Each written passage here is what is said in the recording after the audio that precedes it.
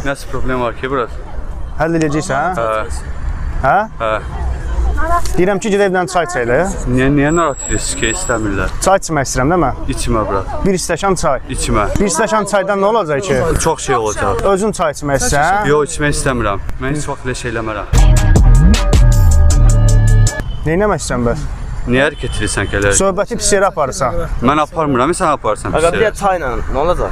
Ha, adam gözləyir. Sən elə danışdın, mənim bir ağlamağım gəldi. Gedək evdən çay içək də başa. Bildiyimə gedək bir dənə çay içə, onu hərəkət edirsiniz ki.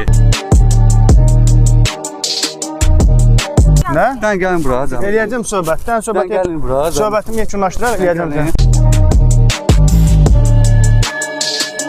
De, sözü de. Sən bir qıraqda deyə də arasında. Hə, gəl de.